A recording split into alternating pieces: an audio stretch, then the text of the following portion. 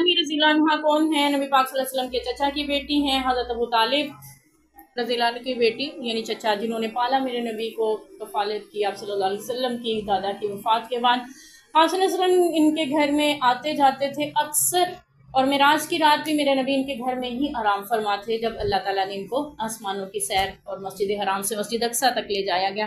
तो ये यानी ऐसे ही जैसे कि अपनी बड़ी बहनें होती हैं, उनके साथ बंदे का ख़ास लगाव ताल्लुक़ होता है, तो आप सल्लल्लाहु अलैहि वसल्लम को भी इनसे ख़ास उन्स था। अक्सर इनके घर तशरीफ़ ले जाते और वो बेवा हो गई थी, इसलिए भी आप सल्लल्लाहु अलैहि वसल्लम इनकी ख़ास तौर पे ज़िम्मेदारी उठाते थे, इनकी ज़रूरियात का ख्याल रखते थे।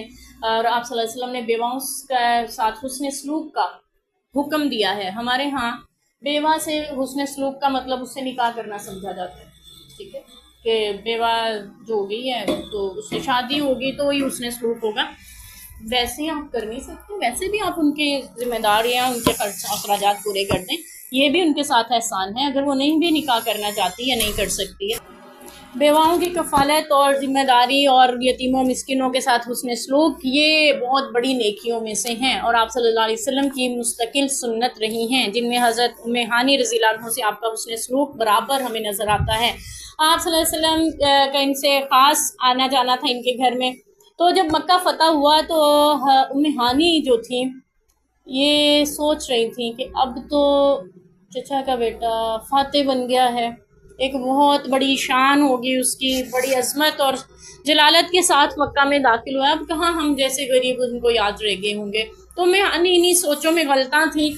उन्हें पता चला दरवाजे पे दस्तक हुई तो पहचान गई ये किसी और की नहीं, मेरे नबी के आने की दस्तक है। दरवाज़ा खोला तो आप सल्लल्लाहु अलैहि वसल्लम वहाँ पे थे, खैरियत पूछी, बैठे। आपने फरमाया उम्मे हानी, अब देखें मक्का फ़तह हुआ है, कितने बड़े जश्न का मौका था, लेकिन आप सल्लल्लाहु अलैहि वसल्लम ने फरमाया उम्मे हानी खाने के लिए कुछ है तो ले आओ।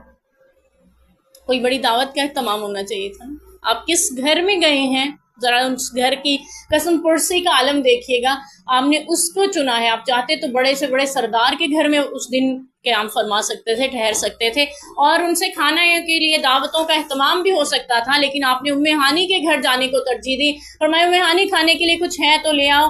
फरमाने लगी, अर्ज़ करने लगी, अल्लाह के रसूल रात की रोटी रखी है और सिरका है।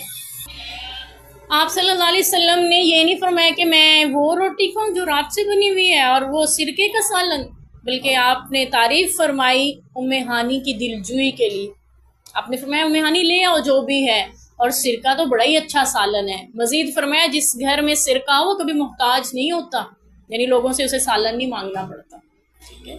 तो आप सल्लल्लाहु अलैहि वसल्लम ने इस तरह से तारीफ़ फरमाई और वो खाना खाया, खाना नोश फरमाया। तो उम्मे हानी अर्ज़ करती हैं, अल्लाह के रसूल मैं बड़ी हो गई हूँ, बूढ़ी उम्र की हो गई हूँ, तो मुझे अब मुझसे लंबी इबादतें नहीं होती जो अपनी जवानी में मैं कर लिया करती थी। अल्लाह के रसूल मुझे कोई ऐसा वजीफ़ा बताएं मैं बैठे बैठे पढ़ती रहूं और अजर बहुत ज़्यादा मिले। उम्मे हानी के घर का आलम क्या था, गुर्बत कैसी थी, उन्होंने उसके लिए वजीफ़ा नहीं पूछा। हमें यहाँ पे ये भी सोचना चाहिए, उसके लिए वजीफ़ा नहीं पूछा। अल्लाह के रसूल ऐसा वजीफ़ा बताएं मेरे घर की गुर्बत ख़त्म हो जाए, ये परेशानियाँ दूर हो जाए, मेरे घर में दौलत की रेल पेल हो जाए। हमारी तरजीहात यही रहती हैं, हम बस दुनिया के फ़िक्रों में गलता रहते हैं, वजीफ़े भी पूछते हैं तो दुनिया के लिए पूछते हैं। उम्मे हानी क्या कह रही, अल्लाह के रसूल मैं बैठी बैठी पढ़ती रहूँ, अमल छोटा सा हो लेकिन अजर बहुत ज़्यादा हो, अमल छोटा सा हो अजर ज़्यादा मिले, दौलत मिले ना मिले, सहाबियात को फ़िक्र थी तो अजर की थी, आखिरत में फजीलतों की थी। तो आप सल्लल्लाहु अलैहि वसल्लम ने फरमाया मैं तुम्हें यह वजीफ़ा बताता हूँ, अगर तुम ये पढ़ोगी ना अल्लाह ताला तुम्हें 1,100 गुलाम आज़ाद करने का सवाब अता फरमाएंगे, 100 ऊँट कुर्बानी करने का सवाब अता फरमाएंगे। कुर्बानी की ईद आ रही है ना, हमारे यहाँ कुर्बानी के लिए हिस्सा लेना मुश्किल हो जाता है, उसके पैसे हमारे पास नहीं होते, सारा साल हम बड़ा खर्च करते हैं, लेकिन कुर्बानी के लिए पैसे निकालना बड़ा मुश्किल लग रहा होता है, और पूरा ऊँट तो हमने कभी नहीं किया होगा शायद।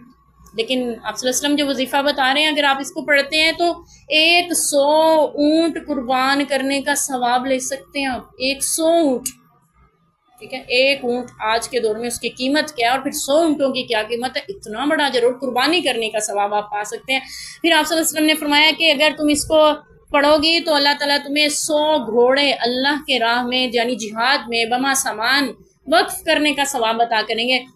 جہاد میں یہ ہے فضیلت کہ ساری دنیا کا مال خرچ کیا جائے اللہ کے راستے میں اور کاموں میں، اور جہاد میں 1 روپیہ خرچ کیا جائے اس کے برابر نہیں ہو سکتا۔ 1 روپے کا اجر ان ساروں سے زیادہ ہوگا جہاد میں خرچ کرنے کی، اتنی فضیلت۔ اور 100 گھوڑے ماں سامان، ہم نے تو جہاد میں ویسے ہی کبھی حصہ نہیں ڈالا ہوگا، ہمیں نہیں پتا کہ جہاد فنڈ ہے کہاں پہ، یعنی وہ جہاد کیا کیسے جاتا ہے آج کے دور میں جو ہمارے حالات ہیں، تو ہمیں نہیں پتا، لیکن آپ فضیلت لے سکتے ہیں۔ پھر آپ صلی اللہ علیہ وسلم نے یہ جو فرمایا تھا کہ غلام آزاد، ایک غلام آزاد کرنے کے نبی پاک نے کی فضیلت بیان کی ہے کہ جس نے ایک غلام آزاد کیا اللہ اس کے ہر عضو کے بدلے آزاد کرنے والے کو جہنم سے آزاد کر دیں گے، اور 100 غلام روز آزاد کوئی کر رہا ہوگا کتنی فضیلت پائے گا۔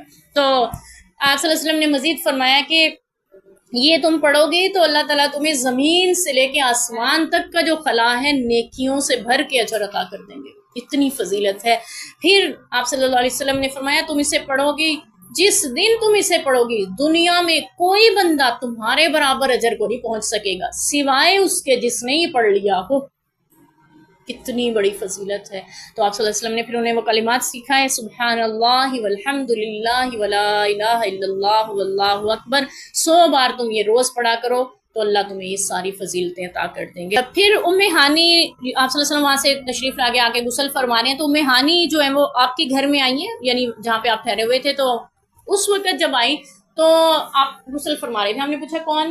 کہنے لگی اللہ کے رسول میں ام ہانی ہوں، میں نے فلاں اور فلاں شخص کو پناہ دی ہے، کیونکہ مکہ فتح ہوا تھا، آپ نے فرمایا تھا جو کسی کو پناہ میں لے گا تو اس کو قتل نہیں کیا جائے گا، لیکن کچھ لوگوں کے قتل کا آپ نے حکم جاری، جن کے قتل کا حکم جاری کیا تھا نا وہ ام ہانی کے گھر میں جا کے پناہ لے لیتے ہیں، تو ام ہانی پناہ دیتی ہیں اور صحابہ کہتے ہیں اس کو ہمارے حوالے کرو، ہم نے ان کو قتل کرنا ہے۔ وہ آئیں مسئلہ پوچھنے نبی پاک کے بعد، آپ غسل فرما رہے تھے تو آگے عرض کرنے لگی اللہ کے رسول وہ میری پناہ کو نہیں مان رہے، آپ نے فرمایا جس کو ام ہانی نے پناہ دی اس کو ہم نے پناہ دی۔ یہاں سے پتہ چلتا ہے کہ ایک عورت کا پناہ دینے کو میرے نبی نے اہمیت اتنی دی کہ اس کو خود پناہ دینے کو قرار دیا۔